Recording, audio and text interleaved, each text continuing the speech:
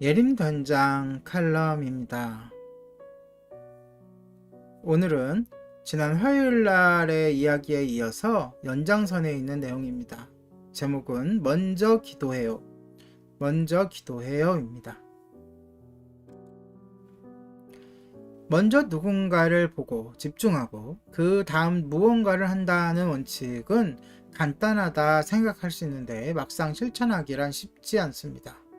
적어도 제게는 쉽지 않았습니다. 제가 배운 사실은 누군가를 보는 것과 무언가를 하는 것, 이 두 가지에는 안에서 그리고 이후에 통해서의 접근법이 필요합니다. 마더 테레사에 관한 이런 인터뷰 기사를 읽은 적이 있습니다.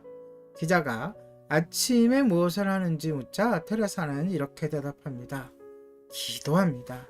기자는 다시 물었습니다. 언제 기도를 시작하시나요? 네, 4시 반입니다. 이어 기자는 기도한 뒤에 무엇을 하는지 물었습니다.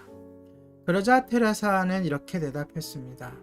모든 일을 예수님과 함께, 예수님을 위해, 예수님께 하면서 일하는 예수님께 하면서 일하는 내내 기도하려고 노력합니다. 여러분, 무슨 말인지 이해하셨습니까? 기도한 뒤에도 계속해서 기도한다는 것입니다. 무슨 특별한 품성이 있어서 그토록 막대한 영향을 발휘할 수 있는지 묻는 질문에 테레사는 이렇게 대답했습니다. 그 무엇도 제 일로 보지 않습니다. 모두 그분의 일입니다. 저는 그분의 손에 들린 작은 연필 하나에 불과해요.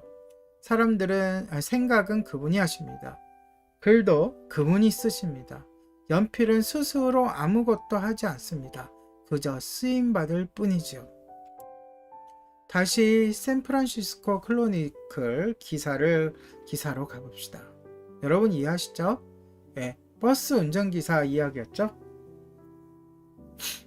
어리둥절해진 기자는 린다에게 어떻게 승객들을 그토록 사랑하고 그들에게 그토록 아름다운 섬김을 실천할 수 있을지 물었습니다.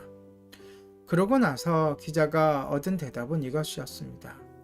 그녀의 마음가짐은 새벽 2시 반부터 30분간 무릎을 꿇고 기도하는 동안 정해진다. 샌프란시스코 지역에서 사역하는 목사 존 오트버그는 자신이 교회에서 린다를 인터뷰한 적이 있습니다. 새벽 2시 반에 드리는 기도 시간에 대해 묻는 질문에 린다는 이렇게 말했습니다. 하나님과 대화를 나눕니다. 하나님께 제 삶을 보여달라고 요청하지요. 그는 계속 말합니다. 그러면 하나님께서 보여주십니다. 저보다 먼저 상황을 조율하십니다.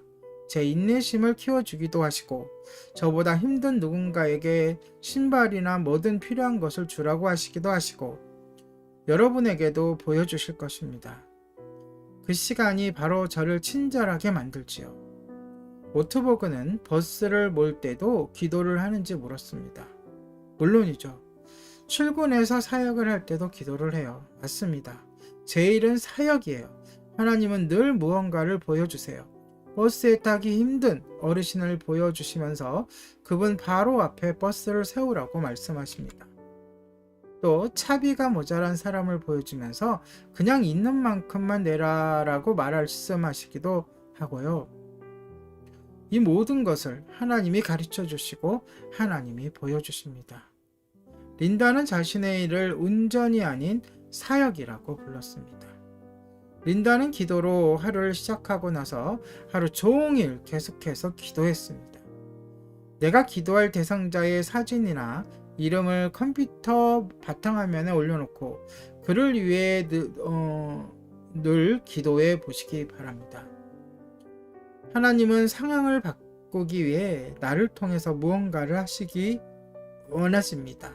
하지만 그러기 위해 먼저 하나님이 내 안에서 무엇을 하기 원하시는지를 놓고 기도해야 합니다. 먼저 기도를 해요. 오늘의 예림단장 칼럼이었습니다.